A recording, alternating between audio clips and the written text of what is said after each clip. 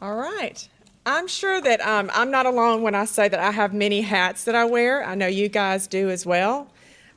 Your HR hat that you put on, then you take it off and put your payroll hat on, and then somebody comes into your office, and then you have to put your therapist hat on.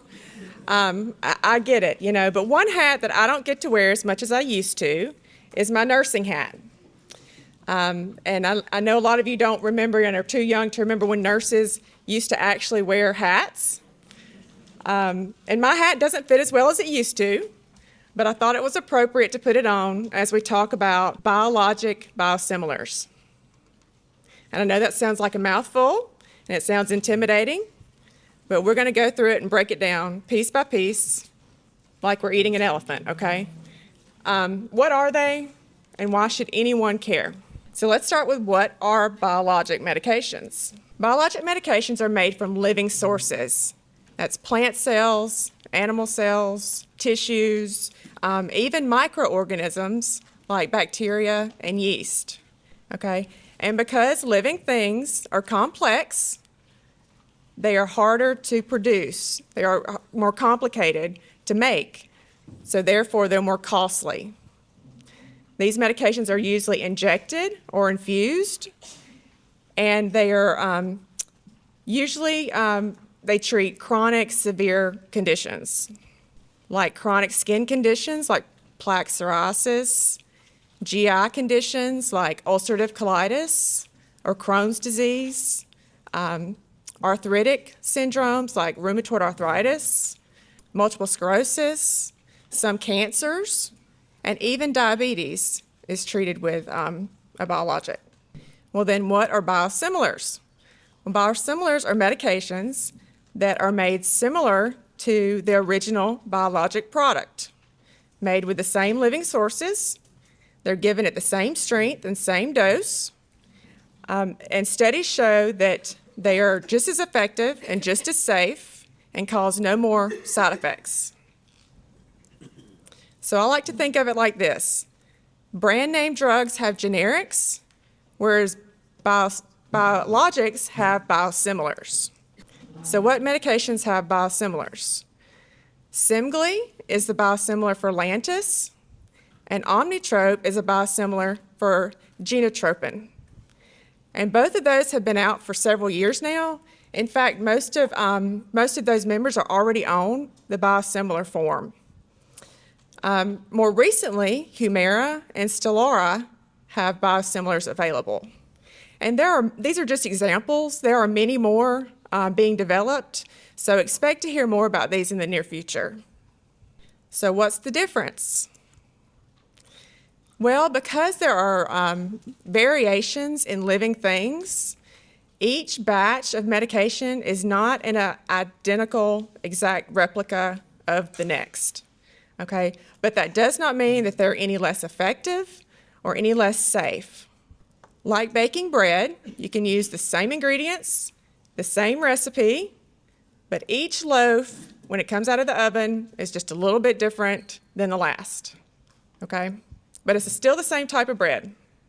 These medications, we hope, will increase because of the new options that are available, and they're a little bit more affordable, that it'll increase the availability for people that need them. And many of these are going to be interchangeable, which just means that the pharmacist can substitute the biosimilar medication in place of the biologic without needing a new prescription and without having to consult the provider, which should make the switch pretty seamless. And just like generic medications, these medications are cheaper, which is important, and it provides valuable savings for not only the plan, but for the member. And when you think in terms of people that are on brand name medications, once the generic becomes available, most people switch to the generic form, right? In fact, we have about 92% of our members that are on generic medications. Well, and why do we think that is? Because of the cost savings, that's right. So when you look at the biologic Humira, the cost is about $7,000 a month. But when you compare that to the biosimilar Hadlima, it's a little over $1,000. So that's a $6,000 difference. I care about $6,000 a month, and I'm sure most of you do as well. And because of that, especially when you consider that the member pays 20% of the cost, right? And so because of that, we're going to encourage the shift to biosimilars in 2026, particularly for Humira and Stelara. So let's watch a quick recap. Biosimilars are a type of medication used to treat a range of conditions, like chronic skin and bowel diseases, arthritis, diabetes, kidney conditions, macular degeneration, and some cancers. You may have been prescribed a biosimilar, but you aren't quite sure why or what a biosimilar even is. So let's break it down. A biosimilar is a type of biologic medication, and most biologic medications are made from living sources, like animal cells, bacteria, or yeast. Because they mostly come from living sources, all types of biologics have minor differences that occur naturally between production batches. This makes most biologics more complicated to produce than drugs made from chemicals.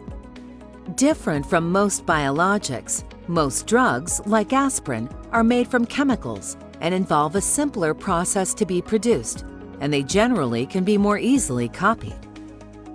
So where do biosimilars fit in? Well, because of those minor differences, a biosimilar is very similar, but not identical, to an original biologic already approved by the FDA. Just like brand-name drugs have generic versions, original biologics can have biosimilars. And as with generics, biosimilars can be made by multiple companies using publicly available data from the original biologic to help support approval. This results in more options for patients at potentially more competitive prices. Now, that doesn't mean that biosimilars aren't as safe or effective as the original biologic. In fact, it's just the opposite. The FDA's careful review of data, studies, and tests helps to ensure that biosimilars provide the same treatment benefits as the original FDA-approved biologic. They are both made from the same types of living sources. They are given at the same strength and dosage, and both are given in the same way. Plus, to be approved by the FDA, studies must show that the biosimilar is not expected to have any new or worsening side effects as compared to the original biologic. Biosimilars may provide you with more access to important treatments, and they may also save you money, depending on your insurance coverage. Many different biosimilars have been approved, and more are expected. The FDA wants to make sure patients and caregivers know about biosimilars so they understand all of the potential treatment options. And this is my legal disclosure, courtesy of Chris Brody, General Counsel. I'm not up here giving medical advice. I'm just sharing knowledge. And like any good nurse would tell you, that if you have questions, you need to consult your provider before making any major medical decisions or changes. So, thank you.